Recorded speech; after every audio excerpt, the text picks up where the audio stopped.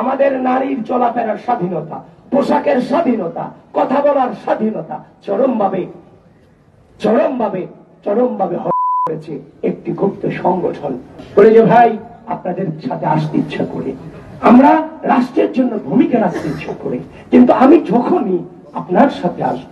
আপনাদের সাথে যখন আসব, তখন আমার গুলো তোলে, আমার সম্পর্কে পূর্ণ মন্তব্য করবে, এই অনলাইন ছড়াবে, এগুলো আমাদের পরিবার সহ্য করবে না। এই ক্যাম্পাসে আপনারা দেখেছেন 5 আগস্ট পরবর্তী সময়ে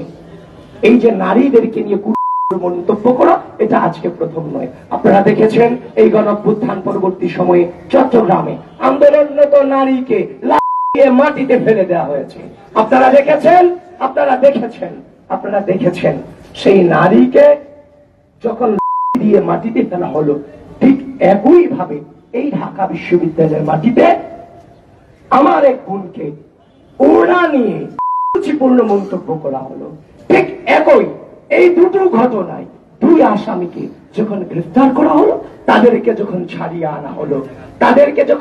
আনা হলো একটি নির্দিষ্ট গোষ্ঠী তাদেরকে ফুলের মালা দিয়ে বরণ করে